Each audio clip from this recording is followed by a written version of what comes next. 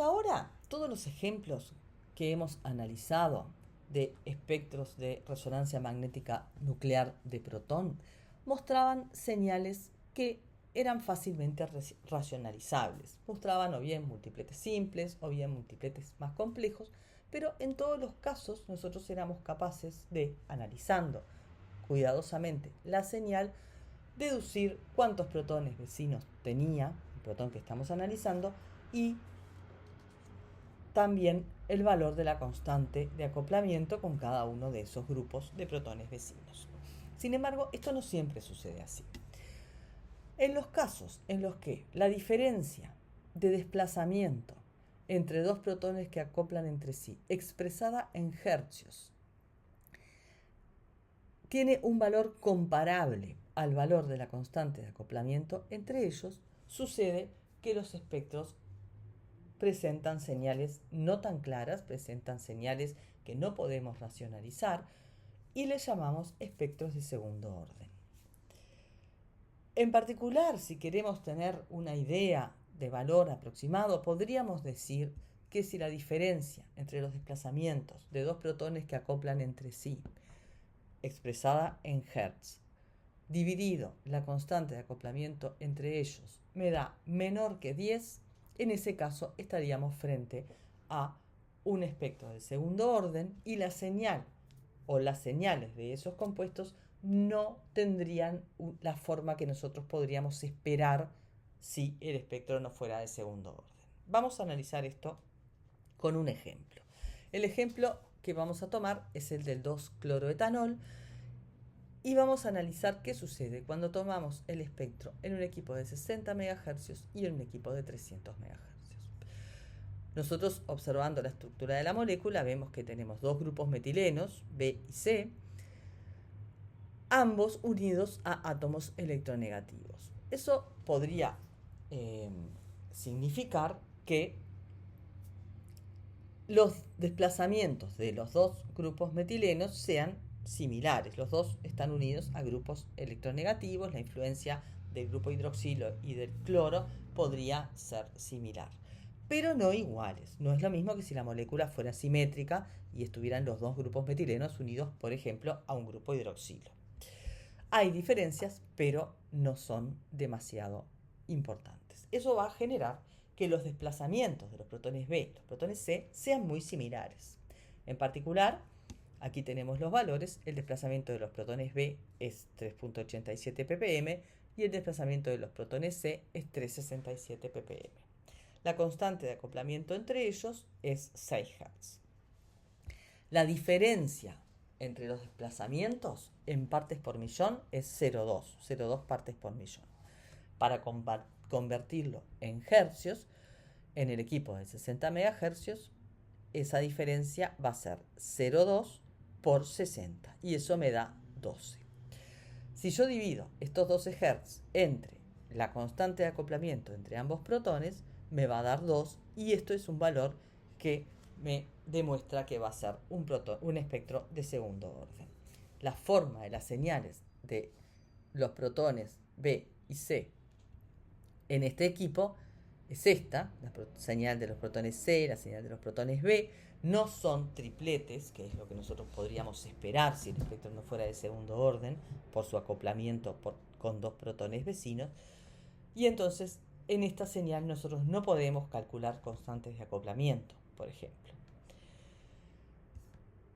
Si el mismo espectro lo tomamos en un equipo de 300 MHz, esa diferencia de 0,2 multiplicado por 300 me va a dar 60 Hz. Y 60 Hz dividido los 6 Hz de la constante de acoplamiento entre los protones B y C me va a dar 10. Esto indica que en un espectro de 300 MHz sí se van a poder resolver bien las señales de los protones B y de los protones C y van a ser ambos tripletes tal cual se espera. Vamos a dar una pequeña revisión de algunos ejemplos de cómo serían un espectro que no es de segundo orden y un espectro de segundo orden. Vamos a analizar el sistema de dos protones, ¿sí? Cada uno de ellos acoplando con un protón vecino. Cuando la diferencia, el cociente, perdón, entre la diferencia de desplazamientos de ambos protones expresado en Hertz y J es importante, o sea, en este caso tiene un valor de 15, vemos que lo que nosotros observamos es un espectro que tiene dos dobletes, cada uno correspondiente a uno de los protones. En este caso, los protones, los dobletes ya tienen una pequeña diferencia de altura, muestran un efecto techo, pero siguen siendo dos dobletes. A medida que ese cociente va disminuyendo, cuando ese cociente vale 6, los protones, las señales de los dos protones se empiezan a acercar, porque quiere decir, si el cociente disminuye, quiere decir que los desplazamientos son más parecidos, tienen valores más parecidos. A medida que voy disminuyendo ese cociente, o sea, la diferencia de desplazamiento entre los protones, a medida que esos protones van siendo más similares químicamente, los dobletes se van deformando más, si bien siguen siendo dos dobletes, hasta que en un momento tienen una forma ya bastante deformada, y cuando los dos desplazamientos son iguales, se transforman en un singulete. Cuando el sistema es más complejo, como el que vimos en el ejemplo anterior, y en su sistema CH2, o sea, dos protones acoplando con otros dos protones, cuando el cociente entre ellos es entre el desplazamiento expresado en Hertz, entre la diferencia de desplazamiento entre ellos expresado en Hertz y la constante de acoplamiento es alto, vamos a tener, tal cual esperamos, dos tripletes. Sin embargo, vemos que a medida que vamos disminuyendo la diferencia de desplazamientos, la señal va tomando formas que realmente son imposibles de racionalizar. Este es el ejemplo que vimos anteriormente de el 2-cloroetanol tomado en un equipo de 60 MHz y en un equipo de 300 MHz, ¿sí? Fíjense que cuando estamos entre en el equipo de 60 MHz, el cociente me daba 2, o sea, estaría entre 1,5 y 3 entre estos dos. La forma de la señal podría ser de este estilo. En cambio, cuando el cociente me daba 10, la forma de la señal eran dos claros tripletes. Vamos a ver un ejemplo interesante de esto. Vamos a ver un ejemplo en este compuesto, que es un compuesto bastante complejo, tiene una estructura bastante compleja. Este compuesto fue sintetizado en nuestro laboratorio. Y lo primero que vamos a hacer es analizar en forma global el compuesto y el espectro. Vamos a ver si podemos diferenciar tipos por tipo de protón a los protones de este compuesto y asignarlos a una determinada zona del espectro. Por ejemplo, lo más sencillo es ver que tenemos protones aromáticos aquí y aquí, y esos protones aromáticos van a salir en un desplazamiento del entorno de las 7 partes por millón y serían los correspondientes a esta señal. También tenemos protones en carbonos que están unidos a heteroátomo. Estos protones de aquí están en un carbono unido a este oxígeno. Aquí tenemos un protón en un carbono unido a un grupo hidroxilo, aquí otro. Aquí tenemos un protón en el carbono unido a un yodo, aquí a un hidroxilo, aquí lo mismo, y aquí tenemos un metileno unido a un carbono unido a oxígeno, o sea, dos protones metilénicos en carbonos unidos a oxígeno. Esos protones nosotros los podríamos encontrar en una zona entre 3,5 y 4,5 partes por millón, o sea, podrían ser estos. Adicionalmente, tenemos estos protones metilénicos y estos que no solo están unidos a un átomo de oxígeno electronegativo, sino que además están unidos a un grupo fenilo que los desblinda aún más. Entonces podrían ser estos que están más desblindados en el entorno de 4,5 partes por millón. En este espectro lo que vemos es la integración aquí abajo, y aquí arriba vemos los desplazamientos de cada pico, y vemos que este pico o estos picos integran 4 protones, o sea que bien podrían ser estos dos y estos 2 protones. Por otro lado tenemos esta otra zona del espectro que corresponde a protones en carbonos que no están unidos a heteroátomos. Por ejemplo, este metileno, este aquí, este aquí. ¿Sí? Bien.